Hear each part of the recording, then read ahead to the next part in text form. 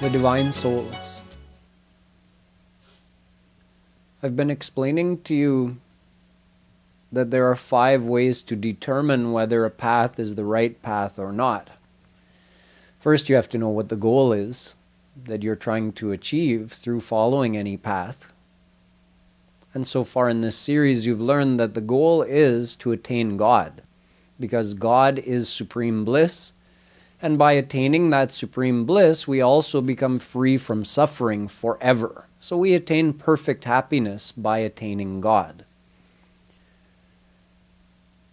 There are 3 paths to God described in our scriptures: karma, jnana, and bhakti. So I've explained to you in quite a bit of detail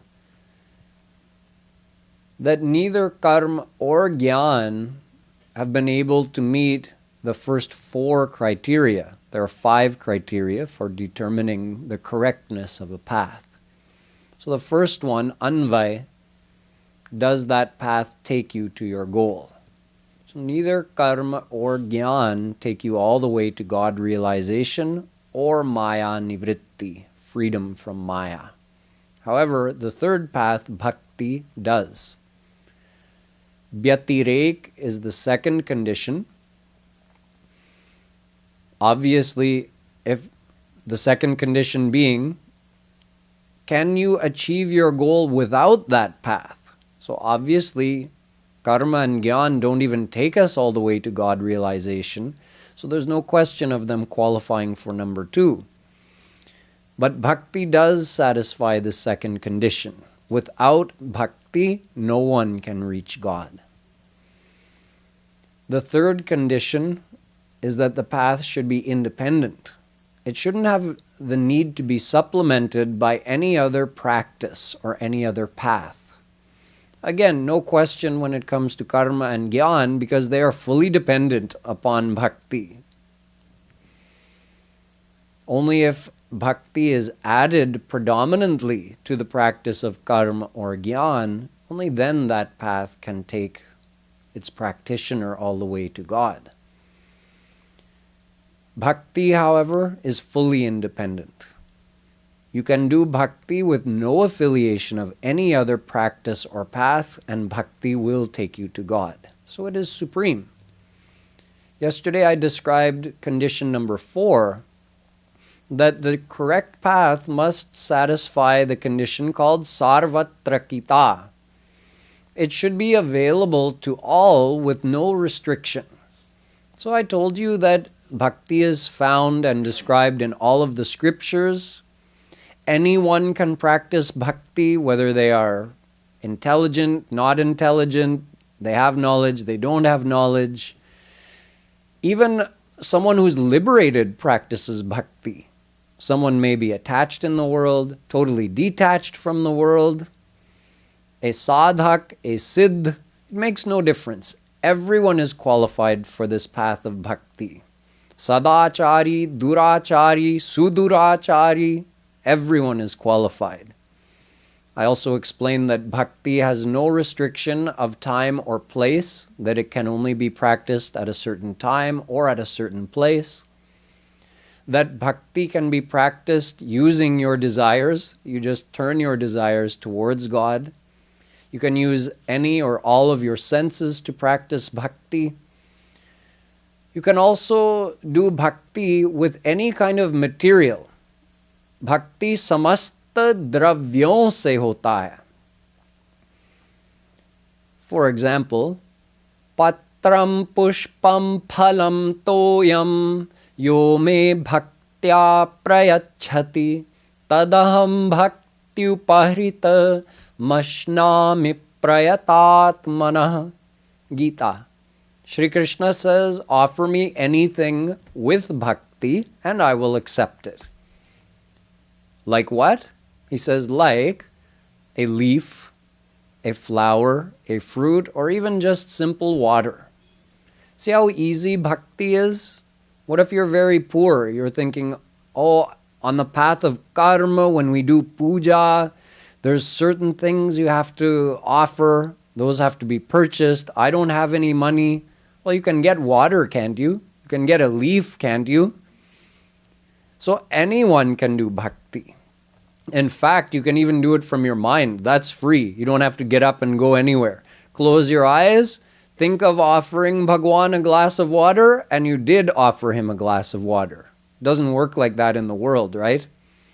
If the wife is cooking for the husband and she decides, "Aaj main man se apne pati ki seva karungi." Keval man se. Husband comes home, she's sitting in the living room. "You didn't make dinner today?" "Haan, banaya. Man se banaya." This is only possible in bhakti because God knows what you're thinking and He is bhavagrahya manidakhyam shvetashvatara Upanishad.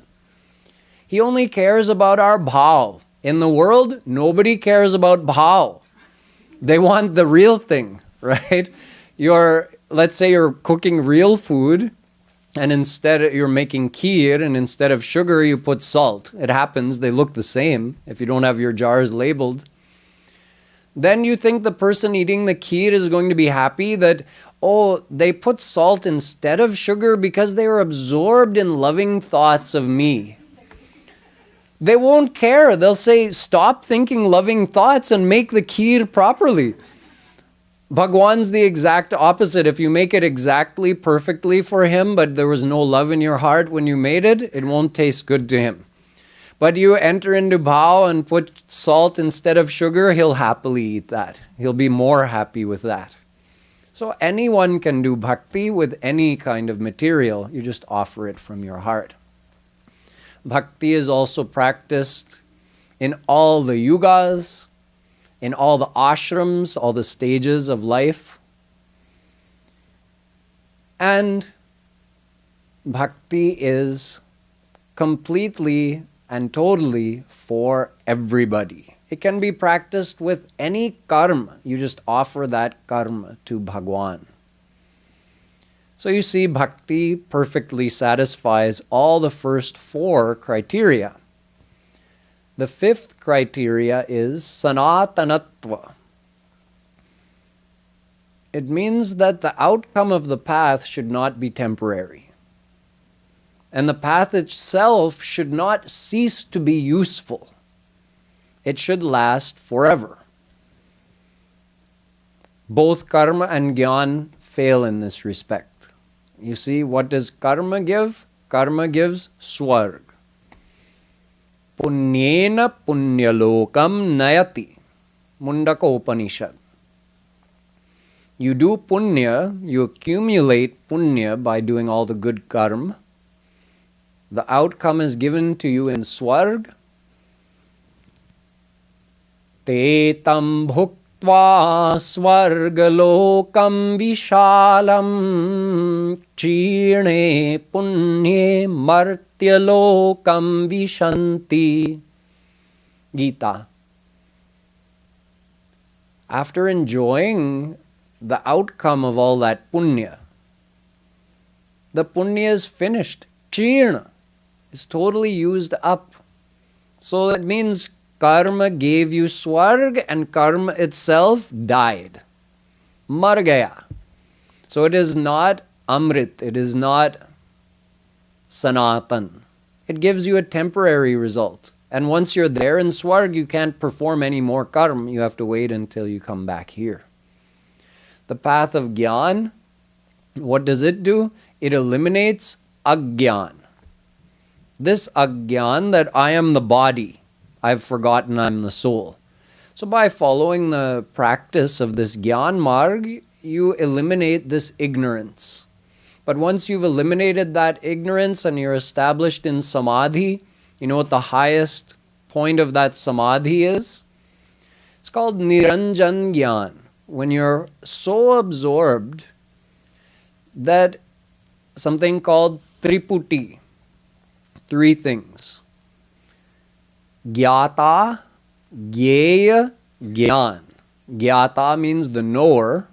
Gyeya means the one that you know. And Gyan, the knowledge of that one. Those three become one. So now how can you know anything? You don't know anything at that point. Your mind is totally absorbed. So you see, Gyan got rid of Agyan, and Gyan itself mar gaya. Even in the state of liberation, if you want to take it one step further, when the Jnani surrenders to God and gets liberated, he merges into formless God, and at that time he is relieved of all the bondages, including his mind, because his mind was also material. So without a mind, what can he know? Nothing. So Gyan is finished in that state as well. And there's no more practice of Gyan. Once you reach that level, that's it. There's no more reason to keep doing the practice of Gyan. But Bhakti, Narad ji says, Amrita Swarupa cha. Narad Bhakti Darshan. Bhakti is Amrit. Not the Amrit that they have in Swarg. We know they have nectar they drink, gives them strength, makes them not afflicted by death or old age or any kind of illness for as long as they're in Swarg, although eventually they have to leave there and come back here. It's not that Amrit. Here, Amrit means everlasting in the divine world. So you see, we practice bhakti, we reach God, and then what do? We keep doing more bhakti. Even Bhagwan does bhakti. Ye yatha mam prapadyante tas tathaiva bhajamyaham. Gita. He says when a soul surrenders to him, he does their bhakti. Bhakti means bhaj sevayam. Seva. In the divine world, what do you do when you get there? You get to serve Bhagwan. You get to do his bhakti, but there you're doing divine bhakti. Here you do devotional bhakti to purify your heart. Once your heart is fully purified, you get God's grace, you get a divine mind, senses, body. When you leave this physical world, where do you go? You go in his divine abode. And there in his divine abode, you get to serve him and take part in his leelas forever. So you keep doing bhakti over there. In other words, you keep loving him, you keep serving him, and he also loves and serves you. Pratikshana vardhamanam, Narad ji says, and thus that bliss of bhakti goes on multiplying every moment, even after God realization. So bhakti is Amar, Sanatan. It never dies. You do bhakti now, even once you attain God, you keep doing bhakti, and the bliss of bhakti goes on multiplying. So now you understand that the path of bhakti is supreme. It is the only way to reach God. It is the only path that fulfills all 5 of these criteria set forth by our darshan shastras to determine what is the correct path. One time, Chaitanya Mahaprabhu ji and one of his disciples, Rai Ramanand, who was also a great scholar, they had a discussion. Mahaprabhu ji wanted to reveal the correct goal for a soul. So although he has the total knowledge, he's the descension of Radha Krishna, yet he is asking his own disciple questions, and his disciple is answering. So he says, tell me the goal of human life. Jivan ka laksh kya hai?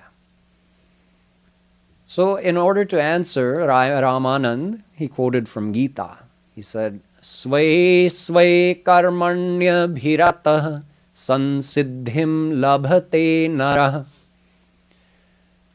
By fulfilling all of his duties and responsibilities, by following dharma, doing all good karma, a person attains perfection. Chaitanya Mahaprabhu ji says, that only takes you as far as Swarg, doing all these good actions. Tell me something higher. He says, again quoting from Gita, Yat karoshi yadashnasi yajjuhoshi dadasi yat tapasyasi kaunteya tat kurushva madarpanam. He says, surrender all of your actions to God. Keep doing all of those good actions, but surrender them to God. At the time you're doing that action, surrender it to God. Think of Him. Do it for Him. Chaitanya Mahaprabhuji said, yes, that's better. However, that is being done just by someone who doesn't want to receive the effect of their karma. Because they know the philosophy is, if you have your mind attached to God while you perform the action, you don't get the result of the action. So, it's good, you're getting free from the bandhan of those actions, but there's something higher. Tell me something greater than that. Sarva dharman parityajya mamekam sharanam braja aham tvam sarva papebhyo mokshayishyami ma shucha. Again quoting from Gita, where Shri Krishna says, Arjun, surrender to me only. Leaving all other practices and formalities, just become surrendered to me, and I will eliminate all the bondages for you. You see, by surrendering your current actions to God, you won't be bound by those actions. But what about the uncountable past actions from your previous unlimited lifetimes? So you have to surrender to Shri Krishna 100%, then He deletes all that past stock. So He says, okay, yes, this is better. However, tell me something higher. Then He says, Brahma bhuta prasannatma nashochati nakangchati samah sarveshu bhuteshu madbhaktim labhate param bhaktya mam abhijanati yavan yaschashmi tatvatah tato mam tatvato gyatva vishate tadanantaram. Gita. He says, Shri Krishna describes that you fully purify your heart, you surrender to Him, and through that surrender, through bhakti, you know Him in full, you get Brahma Gyan, and you get total liberation, and enter into Him. Vishate tadanantaram. You enter into Shri Krishna, into His formless, impersonal aspect. This is total liberation, absolute liberation, moksha. So he says, yes, this is higher, but you know I am virodhi of moksha. Chaitanya Mahaprabhuji says, Taro madhye mokshavancha kaitav pradhan. The worst of all deceptions is this liberation, where you merge into formless God. Why? Because it's like a salt doll diving into the ocean. He wants to know the ocean.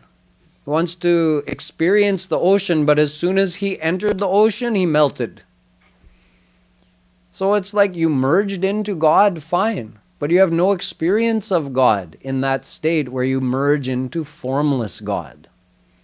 So what's the use of such an existence? You want to experience God with your senses, know Him with your mind, but the one who attains this Kaivalya Moksha gets no mind in the divine world, no body, no senses, so he has no way of experiencing anything. Anyway, Mahaprabhuji said, you tell me something higher than moksha. Then he had to quote from the Bhagavatam.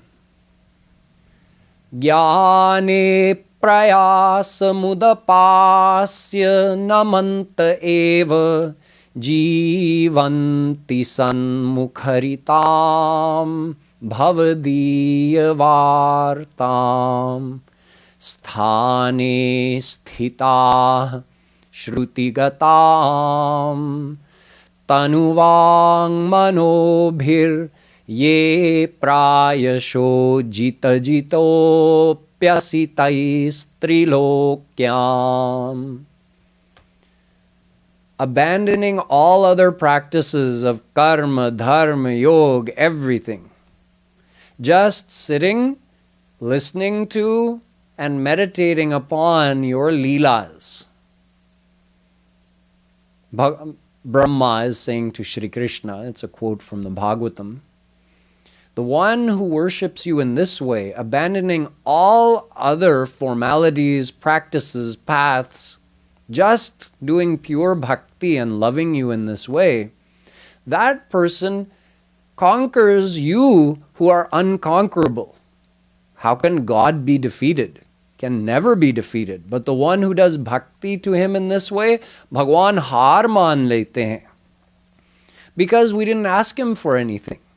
If we ask him for something, even a worldly thing, we ask him for liberation, he can give that. He can give anything. But all we do is love him and we give ourselves to him, surrender ourselves to him, and don't ask for anything in return. We only love him for his happiness. He doesn't know what to do. So he has to give his own self. He becomes ours. That's why it is said that the soul conquers God, or God becomes subservient to the soul. In a sweet, positive, loving way. Then Mahaprabhuji said, yes, this is the highest goal. This is the true goal of a soul. So through such bhakti, you get that divine state. You see, the Bhagavatam is the crown jewel of all the Sanskrit scriptures. It has the most complete description of the path of bhakti. There are a few places in the Bhagavatam which are famous for their description of the path of bhakti. In the very beginning, Sutji Maharaj is a great saint who's known for having the total knowledge of all the Puranas especially, but he also knows Darshan Shastras, Vedas, etc. Shaunakadik Paramahans, some great Jnani Paramahansas, they were doing a 1,000-year yajna. While this was going on, Sutji Maharaj came. So they were very happy to see him. They asked him to sit on a proper asana, and they started asking him spiritual questions. So the first thing they asked him is that you know all these scriptures. So in all these scriptures, there are so many different paths described. And it is Kaliyug. So the people of Kaliyug, how will they study all of that and understand? First of all, in Kaliyug, people don't live as long. Secondly, they're extra distracted during Kaliyug. They have so many distracting factors in their life. In addition to that, their mind, their intelligence is less in Kaliyug. Add to that the people of Kaliyug are generally more lazy than in any other yug. They have less interest in following any path or doing any sadhana. So considering all of this, Sutji Maharaj, you please tell us the best path for the souls of Kaliyug to follow, considering their limitations, for them to attain the ultimate thing that they could possibly attain. So Sutji Maharaj answers, Savai punsam paro dharmo yato bhakti radhokshaje ahaitukya pratihata yayatma samprasidati. He says the paradharma, the supreme dharma, the supreme duty, the supreme path is bhakti. Whatever increases your bhakti for Shri Krishna, that is the supreme dharma. And he says that bhakti should be ahaituki, just like I was describing, not asking for anything from God, just loving Him for His happiness. And apratihata, it should be continuous. It's not something you just practice for a couple hours a day. It's a consciousness that you maintain, a loving relationship with God that stays in your heart all the time. Such bhakti can result in the ultimate attainment of the soul. Vasudeve bhagavati bhakti yogo yato bhavet. Vasudeve bhagavati bhakti yoga prayojitah. Janayatyashu vairagyam jnanancha yadahaitukam. And through practicing such bhakti, jnana and vairagya come automatically. You get knowledge of God and you get detachment from the world without doing any other practice. Dharma swanushtita punsam vishvaksena kathasuya notpadayed yadiratim Shrama eva hi kevalam. The highest practice of dharma and karma, if it does not develop love, bhakti for God in your heart, then shrama eva hi kevalam. It is only effort. You're doing labor, but you're not getting the proper result. So you see, they said bhakti is supreme, and then they addressed the path of jnana, saying it's unnecessary if you're doing bhakti. Then they addressed the path of karma and dharma and said that even if you're doing all of those good actions, if you're not developing such selfless bhakti in your heart, then your actions are mere labor and you're not receiving the correct fruit for your labor.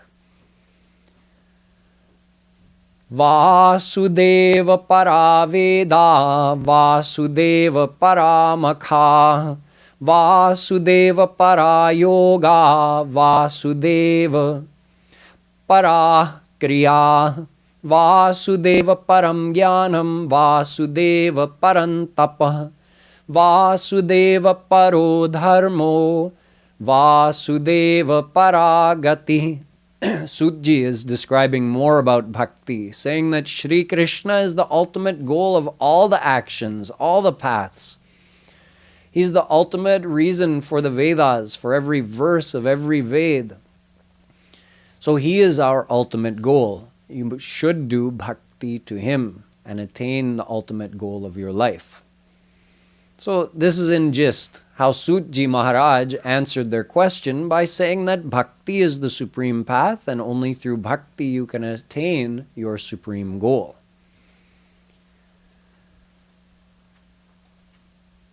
In the second canto, this is in the first skand of Bhagavad, in the second skand there's another question. Parikshit is asking Shukadevji. Parikshit received the divine vision of Shri Krishna when he was still in the womb, when Shri Krishna came to save him from Ashwatthama's Brahmastra. So he appeared and saved Parikshit at that time. So when Parikshit was born, he was looking around. He didn't want to see the faces of all the people around him. He was looking in their face, but he was looking for Shri Krishna. Where's that blue complexion, beautiful boy that I saw when I was in the womb? You're not him. You're not him. You're not him. Where is he? That's how he got his name, Parikshit. He's like looking, trying to find Shri Krishna everywhere. So that Parikshit, when he found out that he only had 1 week to live, 7 days, and then he was going to get bit by a poisonous snake and die. So he went to the bank of Ganga and declared his intention to just sit and think of Shri Krishna until the time of his death came.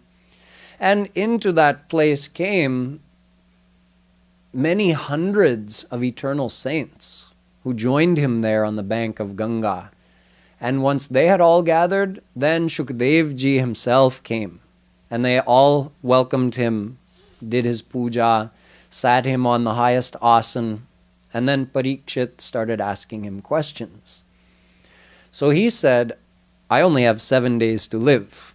What is a person who is about to die supposed to do? Question number 1.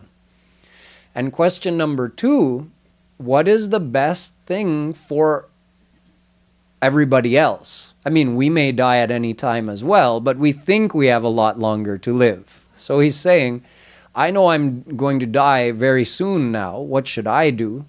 And as for regular people in the world, what is the best path for them to follow?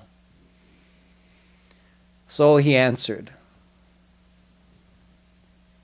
Tasmad Bharata Sarvatma Bhagavan Ishvaro Hari Shrotavyah Kirtitavyascha Smartavyascha Bhayam. He said, Shukdev Ji said, the answer is the same. Whether you're about to die or whether you think you have a long life in front of you, do 3 things. Shravan, Kirtan, Smaran. Shravan Bhakti means what you're doing right now. Listening to the philosophy, the divine philosophy, or listening to the Leelas of Shri Krishna. This is Shravana Bhakti. Kirtan Bhakti we were doing before, chanting Shri Krishna's name, about his form, his Leelas, his virtues, his abode, his divine associates. Any such chanting is called Kirtan Bhakti. And the most important, Smarana Bhakti, remember him all the time. He said that's what you should do when you're on your deathbed, and that's what you should do all the rest of the time too. He said for the ordinary souls who are attached in this world and distracted by the world, Nahyatonya Shiva Pantha Vishato Vismaranti Cha Vishato Sansaradivi Bhakti Yogo Vasudeve Bhagavati Bhakti Yogo Yato Bhavet. Again he comes back to bhakti. For someone who is so attached in this world, there is no other path for them other than the path of bhakti. Bhagavan Brahmakartsnyena Triranvikshya Manishaya Tadadhyavasyat Kutastho Ratiratmanyato Bhavet Tasmat Sarvatmana Rajan Hari Sarvatra Sarvada Shrotavya Kirtitavyascha Smartavyo Bhagavan Nrinam.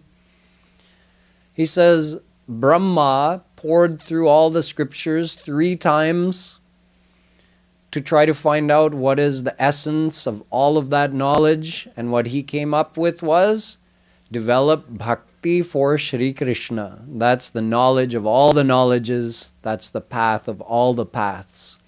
Therefore, Parikshit, all the time, everywhere, always do Shravarna, Kirtan and Smaran of the soul of your soul, Shri Krishna. So that's how he answered his question. In the 3rd skand, the 3rd canto of the Bhagavatam, Devahuti is receiving teachings from her son, who happens to be an avatar of Bhagwan. We know him as Bhagwan Kapil. So Bhagwan Kapil also describes bhakti. Etavaneva lokesmin punsam nishreyasodaya tivrena bhakti yogena manomayarpitam sthiram.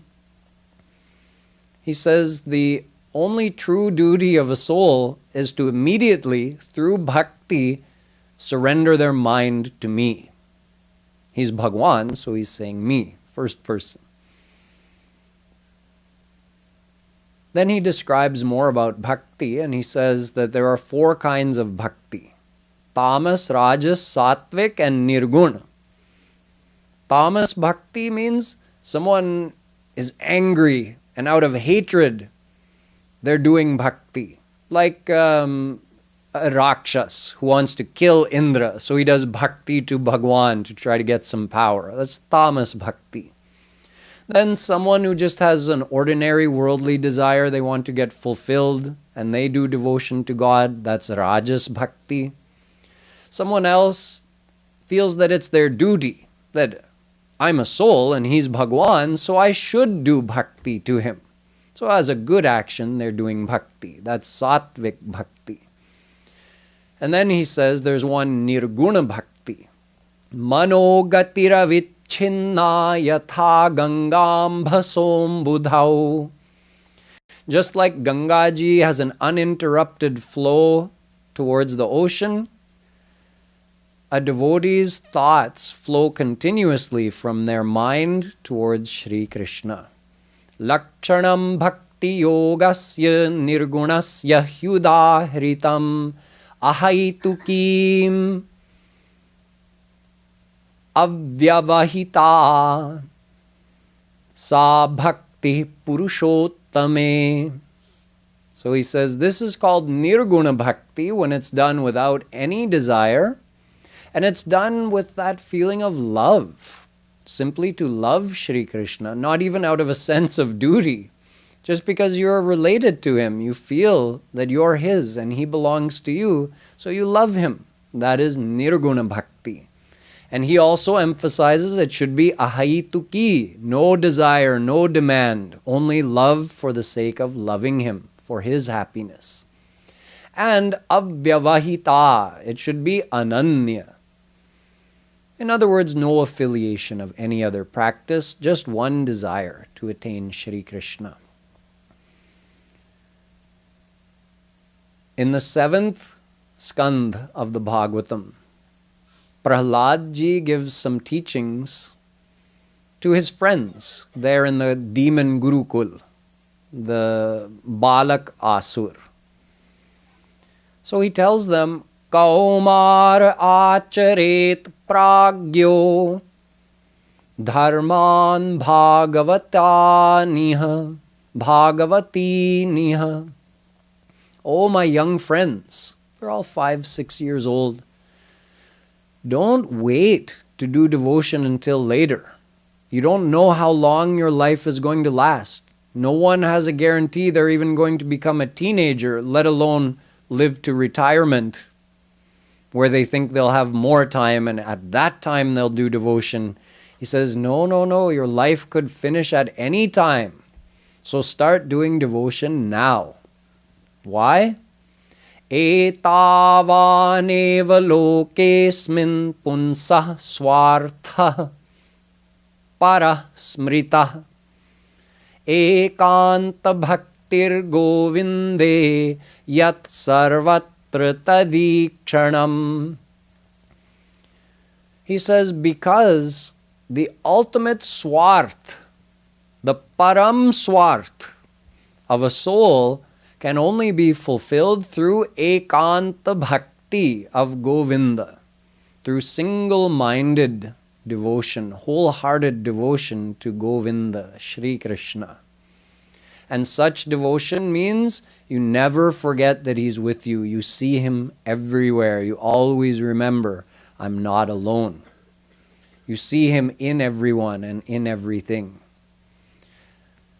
Only then, when you develop such bhakti, can you attain the ultimate goal of your life. Swarth means swa-arth. Swa mane main ka, meaning mine, that or of me.